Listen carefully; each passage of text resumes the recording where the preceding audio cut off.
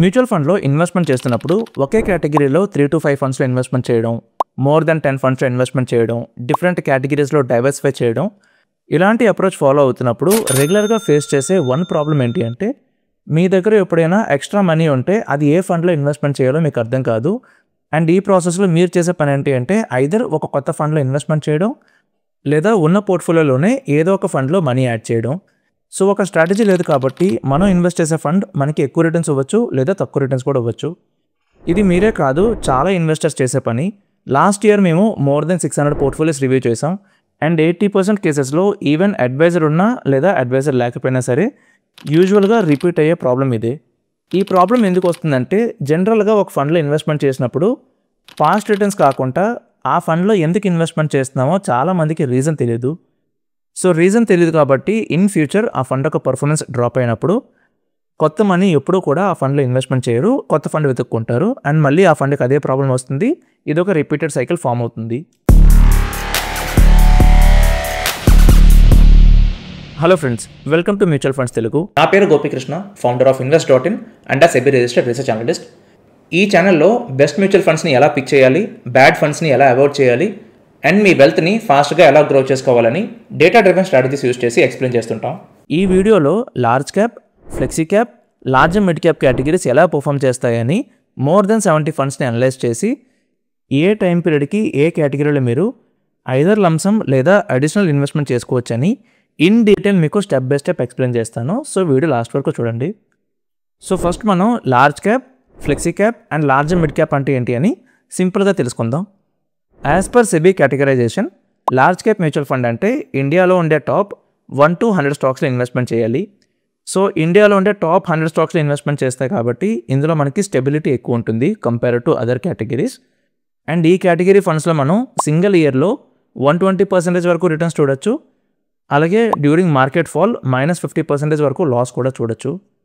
అలాగే flexi cap fund అంటే ఏంటి అంటే ఇందులో ఇండియాలో ఉండే టాప్ 1 to 500 స్టాక్స్ ఉంటాయి. అంటే సింపుల్గా చెప్పుకోవాలనుకుంటే ఈ 500 స్టాక్స్లో 85 to 92% మార్కెట్ వాల్యుయేషన్ ఉంటుంది. అంటే సింపుల్గా చెప్పుకోవాలనుకుంటే విత్ నిఫ్టీ 500 మనం అట్లీస్ట్ 85% ఆఫ్ ఇండియన్ ఎకానమీలో ఇన్వెస్ట్మెంట్ చేస్తున్నాం. ఈ కేటగిరీలో సింగిల్ ఇయర్లో మనం 150% వరకు రిటర్న్స్ చూడొచ్చు. అలాగే ఇన్ ద వర్స్ట్ కేసెస్ -55% వరకు లాస్ కూడా చూడొచ్చు. And large and mid cap category అంటే ఏంటి అంటే ఇందులో 35% వరకు లార్జ్ క్యాప్ స్టాక్స్ ఉంటాయి అండ్ 35% వరకు మిడ్ క్యాప్ స్టాక్స్ ఉంటాయి. లార్జ్ క్యాప్ అంటే ఇండియాలో ఉండే top 1 to 100 stocks, mid cap అంటే ఇండియాలో ఉండే టాప్ 101 to 250 స్టాక్స్. సో ఈ కేటగిరీలో మనకి మినిమం 35% మిడ్ క్యాప్ ఎక్స్పోజర్ ఉంది కాబట్టి లాంగ్ టైం పీరియడ్లో ఈ కేటగిరీలో మనకి రిటర్న్స్ కూడా ఎక్కువ ఉంటాయి. ఈ కేటగిరీలో మనం సింగిల్ టైం పీరియడ్కి 130% వరకు రిటర్న్స్ చూడొచ్చు. సిమిలర్లీ డ్యూరింగ్ మార్కెట్ ఫాల్ 60% వరకు లాస్ కూడా చూడొచ్చు. సో ఈ కేటగిరీస్లో మనకి యాక్టివ్ ఫండ్స్ ఉంటాయి, అలాగే ఇండెక్స్ ఫండ్స్ కూడా ఉంటాయి. లార్జ్ క్యాప్ కేటగిరీకి ఇండెక్స్ నిఫ్టీ 100 అవుతుంది, ఫ్లెక్సీ క్యాప్ కేటగిరీకి ఇండెక్స్ నిఫ్టీ 500 అవుతుంది, అండ్ లార్జ్ అండ్ మిడ్ క్యాప్కి index Nifty large and mid cap 250 TRI అవుతుంది. సో ఇప్పుడు మనం ఈ కేటగిరీస్లో ఇండెక్స్ ఫండ్స్ కంటే ఎన్ని ఫండ్స్ ఎక్కువ రిటర్న్స్ ఇచ్చాయి అని మనం చూసినట్టయితే in the last 5 years out of 24 flexi cap funds only 9 funds మాత్రమే నిఫ్టీ 500 కంటే ఎక్కువ రిటర్న్స్ ఇచ్చాయి. అంటే ఓన్లీ 38% ఫండ్స్ మాత్రమే నిఫ్టీ 500 కంటే ఎక్కువ రిటర్న్స్ ఇచ్చాయి. అలాగే లార్జ్ క్యాప్ కేటగిరీ యొక్క రిజల్ట్స్ కానీ చూసినట్టయితే out of 28 active large cap mutual funds only 8 funds మాత్రమే లాస్ట్ 5 yearsలో నిఫ్టీ 100 కంటే ఎక్కువ రిటర్న్స్ ఇచ్చాయి. అంటే 29% ఫండ్స్ మాత్రమే నిఫ్టీ 100 కంటే ఎక్కువ రిటర్న్స్ ఇచ్చాయి. Similarly in the last 5 years out of 26 large and mid cap funds only 6 funds మాత్రమే Nifty large and mid cap index కంటే ఎక్కువ రిటర్న్స్ ఇచ్చాయి, విచ్ ఇస్ 23%. సో ఈ డేటా చూస్తే మనకి సింపుల్గా అర్థమైంది ఏంటి అంటే యాక్టివ్ ఫండ్స్ మరీ అంత మంచివేం కాదు. ఇండెక్స్ ఫండ్స్ కంటే చాలా తక్కువ ఫండ్స్ మాత్రమే ఎక్కువ రిటర్న్స్ ఇస్తున్నాయి. దట్టు ఆ తక్కువ ఫండ్స్ కాన్స్టెంట్గా రిటర్న్స్ ఇవ్వట్లేదు. ఈ రోజు ఒక ఫండ్ మంచి రిటర్న్స్ ఇస్తే రేపు పొద్దున వేరే ఫండ్ మంచి రిటర్న్స్ ఇస్తుంది with in the same category. For example మొన్నటి వరకు క్వాంట్ ఫండ్స్ చాలా మంచి రిటర్న్స్ ఇచ్చేవి, ఇప్పుడు అవి సరిగ్గా పర్ఫామ్ చేయట్లేదు. But with in the same category some other company నుంచి వేరే స్కీమ్ పర్ఫామ్ చేస్తుంది. సో లాంగ్ టైం పీరియడ్లో సేమ్ ఫండ్ ఎప్పుడు కూడా ఇండెక్స్ ఫండ్ని అంత ఈజీగా బీట్ చేయదు. సో సింపుల్గా చెప్పుకోవాలనుకుంటే మీరు కానీ ఇండెక్స్ ఫండ్లో ఇన్వెస్ట్మెంట్ చేస్తే మీకు ఈజీగా 70% ఆఫ్ యాక్టివ్ మ్యూచువల్ ఫండ్ కంటే ఎక్కువ రిటర్న్స్ వస్తాయి. జనరల్లీ మీరు మ్యూచువల్ ఫండ్లో ఇన్వెస్ట్మెంట్ చేస్తున్నప్పుడు నాకు ఎంత రిటర్న్స్ వస్తాయి అని ఆలోచిస్తారు తప్ప ఇండెక్స్ కంటే నాకు ఎంత ఎక్కువ రిటర్న్స్ వస్తాయి అనే థాట్లో మీరు ఉండరు. ఎప్పుడైతే మీకు ఈ క్వశ్చన్ అరైజ్ అవుతుందో అప్పుడు మీ పోర్ట్ఫోలియో చాలా బాగుంటుంది, మీ రిటర్న్స్ కూడా చాలా బాగుంటాయి. సో ఇప్పుడు మనకి ఇండెక్స్ ఫండ్స్లో రిటర్న్స్ బాగుంటాయని అర్థమైంది కాబట్టి Nifty 100, Nifty 500 and Nifty large mid cap ఒక రిటర్న్స్ మనం చూద్దాం. నేను మీకు ఇక్కడ 2007 నుంచి 2024 వరకు ఇయర్లీ రిటర్న్స్ చూపిస్తున్నాను. ఈచ్ ఇయర్ ఈ 3 ఇండెక్స్ ఫండ్స్ ఎలా పర్ఫామ్ చేసాయని మీరు చూడాలనుకుంటే వీడియో పాజ్ చేసి మీరు నంబర్స్ చూసుకోవచ్చు.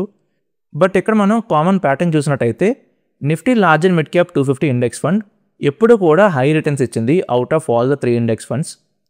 ఈవెన్ దో నిఫ్టీ 500లో ఎంతో కొంత స్మాల్ క్యాప్ ఎక్స్పోజర్ ఉన్నా సరే during bull markets large and mid cap ఇండెక్స్లోనే చాలా మంచి రిటర్న్స్ ఉన్నాయి. ఇక్కడ గ్రీన్లో హైలైట్ అయినవి ఏంటి అంటే ఈ 3 ఫండ్స్లో ఏ ఫండ్ ఎక్కువ రిటర్న్స్ ఇచ్చింది అని. సో మీరు కానీ గమనిస్తే చాలా వరకు Nifty large and mid cap 250 index funday ఎక్కువ రిటర్న్స్ ఇచ్చింది. సిమిలర్లీ ఈ 3 ఇండెక్స్ ఫండ్లో ఏ ఇండెక్స్ ఫండ్ తక్కువ రిటర్న్స్ ఇచ్చింది అని మనం చూసినట్టయితే ఆబ్వియస్లీ నిఫ్టీ 100 తక్కువ రిటర్న్స్ ఇచ్చింది across all the years. So ఇప్పుడు యాజ్ అ ఇన్వెస్టర్ మిమ్మల్ని కానీ ఈ 3 ఇండెక్స్ ఫండ్లో ఏ ఇండెక్స్ ఫండ్ మంచిది అని అడిగితే ఆబ్వియస్లీ రిటర్న్స్ బాగున్నాయి కాబట్టి large and mid cap index మంచిదని చెప్తారు మీరు. బట్ ప్రాపర్గా అనలైజ్ చేస్తే నిఫ్టీ 500 చాలా మంచిది. ఎందుకు అంటే మ్యూచువల్ ఫండ్లో మనం ఎప్పుడు కూడా ఏ ఫండ్ హై రిటర్న్స్ ఇస్తుంది, ఏ ఫండ్ తక్కువ రిటర్న్స్ ఇస్తుంది అని చెప్పడం చాలా కష్టం. బట్ ఏదైనా ఫండ్ కానీ కాన్స్టెంట్గా యావరేజ్గా పర్ఫామ్ చేస్తూ దాని బెంచ్ మార్క్ కంటే మంచి రిటర్న్స్ ఇస్తుందంటే ఆ ఫండ్ లాంగ్ టైం పీరియడ్కి మంచి రిటర్న్స్ ఇస్తుంది. For example ICICI prudential blue chip fund కానీ, Nippon India large cap fund కానీ, Parag Parikh flexi cap fund కానీ లేదా హెచ్డిఎఫ్సి స్మాల్ క్యాప్ ఫండ్ కానీ ఇవి ఎప్పుడు కూడా హై రిటర్న్స్ ఇవ్వలేదు. హవెవర్ ఇవి యావరేజ్గా పర్ఫామ్ చేస్తూ దాని రెస్పెక్ట్ బెంచ్ మార్కింగ్ బీట్ చేశాయి. సో సిమిలర్లీ నిఫ్టీ 500 కానీ మనం చూసినట్టయితే ఇది ఎప్పుడు కూడా హై రిటర్న్స్ అయితే ఇవ్వలేదు, అది క్లియర్గా ఉంది. కానీ చాలా వరకు ఇది తక్కువ రిటర్న్స్ కూడా ఇవ్వలేదు. ఇది నిఫ్టీ 100 కంటే బెటర్గా రిటర్న్స్ ఇచ్చింది అండ్ లార్జ్ అండ్ మిడ్ క్యాప్కి దగ్గరగా రిటర్న్స్ ఇచ్చింది. విచ్ మీన్స్ ఇది యావరేజ్గా డీసెంట్గా పర్ఫామ్ చేసుకుంది compare to both the indexes. That ఇందులో లార్జ్ క్యాప్ స్టాక్స్ ఉంటాయి, మిడ్ క్యాప్ స్టాక్స్ ఉంటాయి, స్మాల్ క్యాప్ స్టాక్స్ ఉంటాయి కాబట్టి ఇన్ ఎనీ మార్కెట్ కండిషన్ ఇందులో మనకి రిటర్న్స్ రావడానికి హై ఛాన్సెస్ ఉంటాయి. బట్ వేరాజ్ లార్జ్ క్యాప్ అయితే ఫోకస్డ్గా లార్జ్ క్యాప్ స్టాక్స్లో ఇన్వెస్ట్మెంట్ చేస్తుంది. లార్జ్ అండ్ మిడ్ క్యాప్లో కొంచెం డైవర్సిఫికేషన్ ఉంటుంది. వేరాజ్ నిఫ్టీ 500లో మనకి డైవర్సిఫికేషన్ దొరుకుతుంది అండ్ రిటర్న్స్ కూడా అబవ్ యావరేజ్ రిటర్న్స్ వస్తున్నాయి మనకి. సో ఎప్పుడు కూడా మనం కన్సిస్టెన్సీని ట్రాక్ చేసుకుంటే మనకి మంచి రిటర్న్స్ వస్తాయి. హై రిటర్న్స్ని చేస్ చేస్తే లో రిటర్న్స్ వస్తాయి. హిస్టారికలీ ఏ ఫండ్ అయినా తీసుకోండి, అది కానీ హై రిటర్న్స్ ఇచ్చింది అంటే ఫ్యూచర్లో ఎవరికి కనబడదు. సో ఇప్పుడు మీకు ఏ కేటగిరీ ఎలా పర్ఫామ్ చేస్తుంది, యాక్టివ్ ఫండ్లో ఎక్కువ రిటర్న్స్ వస్తాయా లేదా ఇండెక్స్ ఫండ్లో ఎక్కువ రిటర్న్స్ వస్తాయా అండ్ ఇండెక్స్ ఫండ్లో ఏ ఇండెక్స్ ఎలా పర్ఫామ్ చేస్తుందని మీకు క్లియర్గా అర్థమైంది. నా ఇప్పుడు మనం మేజర్ క్వశ్చన్కి వద్దాం. దట్ మన దగ్గర కానీ అడిషనల్ ఇన్వెస్ట్మెంట్ ఉంటే ఏ ఫండ్లో ఇన్వెస్ట్మెంట్ చేయాలని ఎలా డిసైడ్ అవ్వాలని మనం ఇప్పుడు చూద్దాం. ఫర్ ఎగ్జాంపుల్ నేను మ్యూచువల్ ఫండ్స్లో ఇన్వెస్ట్మెంట్ చేస్తున్నాను అండ్ నా దగ్గర 15 ఫండ్స్ ఉన్నాయి. Out of 15 funds let's assume 5 funds సరిగ్గా రిటర్న్స్ అవ్వట్లేదు అండ్ 10 ఫండ్స్ మాత్రం ప్రాపర్గా రిటర్న్స్ ఇస్తున్నాయి. ఇప్పుడు నా దగ్గర ఒక 10 lakh రూపీస్ ఉంది అండ్ ఏ ఫండ్లో ఇన్వెస్ట్మెంట్ చేయాలని నేను డిసైడ్ అవ్వాలి ఇప్పుడు. సో మనం మ్యూచువల్ ఫండ్లో ఎప్పుడైనా సరే అమౌంట్ ఇన్వెస్ట్మెంట్ చేద్దాం అనుకున్నప్పుడు ఫస్ట్ క్వశ్చన్ మనకి ఏం రావాలంటే ఎన్ని ఇయర్స్కి ఇన్వెస్ట్మెంట్ చేస్తున్నాను అనేది మనకు తెలియాలి. ఫర్ ఎగ్జాంపుల్ నా పోర్ట్ఫోలియోలో అన్ని కేటగిరీస్ ఉన్నాయి. సెక్టర్ ఫండ్స్ ఉన్నాయి, థిమాటిక్ ఫండ్స్ ఉన్నాయి, small cap, mid cap, large cap, international అన్ని కేటగిరీస్ ఉన్నాయి అనుకుందాం. బట్ ఈ అడిషనల్ 10 lakhs మాత్రం నేను 5 yearsకి ఇన్వెస్ట్మెంట్ చేద్దాం అనుకుంటే స్మాల్ క్యాప్కి మిడ్ క్యాప్కి వెళ్ళకూడదు. లార్జ్ క్యాప్స్ మనకి చాలా suitable option irrespective of the risk profile. Even though నాకు హై రిస్క్ ఉన్నా సరే ఎందుకు లార్జ్ క్యాప్ సూటబుల్ ఆప్షన్ అంటే మ్యూచువల్ ఫండ్లో ఓన్లీ అప్స్ అండ్ డౌన్సే కాదు, సైడ్ వేస్ కూడా ఉంటుంది.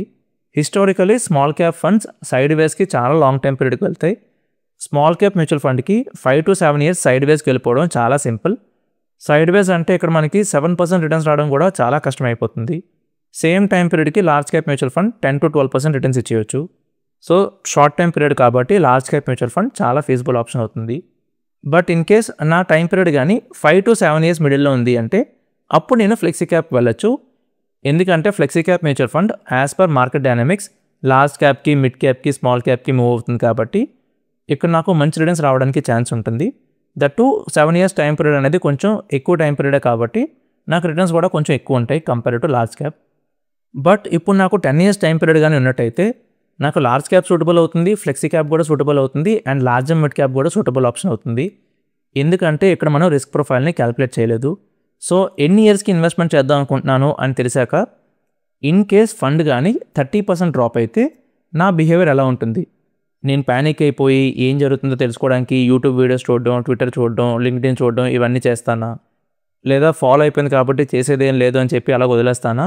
ఎల్స్ మార్కెట్ ఫాలో అయింది కాబట్టి ఆపర్చునిటీగా తీసుకొని ఎక్కువ మనీ ఇన్వెస్ట్మెంట్ చేస్తానా అనే దాన్ని బట్టి నా కేటగిరీ డిసైడ్ అవుతుంది. ఇన్ కేస్ నేను ప్యానిక్ అయితే నాకు లార్జ్ క్యాప్ మ్యూచువల్ ఫండ్స్ మంచివి. ఇన్ కేస్ నేను సరే అయింది కదా అని వదిలేస్తే నాకు ఫ్లెక్సీ క్యాప్ మ్యూచువల్ ఫండ్ మంచిది. బట్ ఇన్ కేస్ నేను ఆపర్చునిటీగా కన్సిడర్ చేస్తే నాకు large and mid cap mutual fund మంచిది. సో సింపుల్గా మాట్లాడుకోవాలనుకుంటే 2 క్వశ్చన్స్కి ఆన్సర్ తెలిస్తే ఆ అమౌంట్ ఏ ఫండ్లో పెట్టాలో మనకి ఈజీగా అర్థమవుతుంది. ఒకటి టైం పీరియడ్, ఇంకొకటి రిస్క్ ప్రొఫైల్. నాకు 10 years టైం పీరియడ్ ఉంది, దట్టు మార్కెట్ ఫాలో అయితే ఆపర్చునిటీగా తీసుకుంటానంటే నేను నా దగ్గర ఉండే లార్జ్ అండ్ మిడ్ క్యాప్ ఫండ్లో ఇన్వెస్ట్మెంట్ చేసుకుంటాను. బట్ నాకు 10 years టైం పీరియడ్ ఉంది, దట్టు నాకు ఎక్కువ రిస్క్ తీసుకునే కేపబిలిటీ లేదు అంటే నేను నా దగ్గర ఉండే ఫ్లెక్సీ క్యాప్ ఫండ్లో ఇన్వెస్ట్మెంట్ చేసుకుంటాను. సిమిలర్లీ నాకు 10 years టైం పీరియడ్ ఉంది, బట్ నాకు అసలు రిస్క్ తీసుకునే కేపబిలిటీ లేదు అంటే నేను నా దగ్గర ఉండే లార్జ్ క్యాప్ ఫండ్లో ఇన్వెస్ట్మెంట్ చేసుకుంటాను. సో ఏ ఫండ్లో ఇన్వెస్ట్మెంట్ చేయాలనేది మీ టైం పీరియడ్ అండ్ మీ రిస్క్ ప్రొఫైల్ డిసైడ్ చేయాలి తప్ప ఏదో ఒక ర్యాండమ్ ఫండ్లో ఇన్వెస్ట్మెంట్ చేయకూడదు. హవెవర్ వాట్ ఎవర్ అమౌంట్ మనం ఇన్వెస్ట్మెంట్ చేస్తున్నామో అది మంచి ఫండ్లో అవ్వాలి. ఇంతకు ముందు చెప్పినట్టు యాక్టివ్ ఫండ్స్ అంత ప్రాపర్గా లేవు కాబట్టి ఇన్ కేస్ మీరు కానీ ఇండెక్స్ ఫండ్లో ఇన్వెస్ట్మెంట్ చేస్తున్నట్టయితే బ్యాడ్ ఫండ్లో ఇన్వెస్ట్మెంట్ చేయడం అనే కాన్సెప్టే లేదు అక్కడ, ఎందుకంటే ఇండెక్స్ ఫండ్స్ అంటేనే మంచివి. So time period and category బట్టి మీరు ఈజీగా డిసైడ్ అయిపోవచ్చు ఏ ఇండెక్స్లో ఎంత అమౌంట్ ఇన్వెస్ట్మెంట్ చేయాలని. బట్ మీ దగ్గర యాక్టివ్ ఫండ్స్ ఉన్నాయి అండ్ ఆ ఫండ్స్ ప్రాపర్గా పర్ఫామ్ చేయట్లేదు, ఏ ఫండ్ సెల్ చేయాలి, ఏ ఫండ్ హోల్డ్ చేయాలి మీకు అర్థం కావట్లేదంటే మీరు మా పోర్ట్ఫోలియో రివ్యూ అపాయింట్మెంట్ తీసుకోవచ్చు. ఇందులో మీ పోర్ట్ఫోలియోని నిఫ్టీ 500తో కంపేర్ చేసి ఏ ఫండ్ మీరు సెల్ చేయాలి, ఆ ఫండ్ ఎందుకు సెల్ చేయాలి, సెల్ చేస్తే ఎంత ప్రాఫిట్ వస్తుంది అండ్ మీ పోర్ట్ఫోలియోలో ఏ ఫండ్స్ని మీరు హోల్డ్ చేసుకోవచ్చు అని క్లియర్గా మీకు ఎక్స్ప్లెయిన్ చేస్తాం. అపాయింట్మెంట్ లింక్ డిస్క్రిప్షన్లో ఉంది, మీకు ఇంట్రెస్ట్ ఉంటే మీరు అపాయింట్మెంట్ బుక్ చేసుకోవచ్చు.